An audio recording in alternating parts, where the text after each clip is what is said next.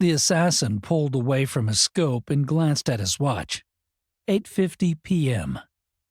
The fireworks would begin soon. He stretched his shoulder, then resumed his position against the gun. He had made a special trip into the city a week ago to plan this job. He had driven a rented, mid-90s gray BMW into the city and parked it in a nonchalant underground car park over 20 blocks away. He had then taken a cab to a subway station 10 blocks away. The subway had taken him within 3 blocks of the building. He had quickly walked the last 3 blocks to the building that he was now perched in. Construction was nearing completion.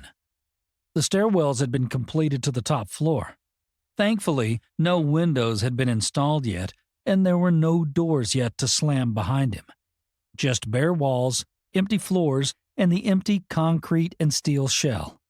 There were no noises except for the occasional scurrying of a frightened mouse or other small creature. He watched as a single firework shot skyward and exploded, leaving a faint smoke trail as it went. Then, as if a gate had been opened, dozens of explosives rocketed toward the heavens. Bursts of red and blue and white flashed against the night sky, lighting up the faces of the crowds. Thousands of people were staring upwards as the sky continued to flash.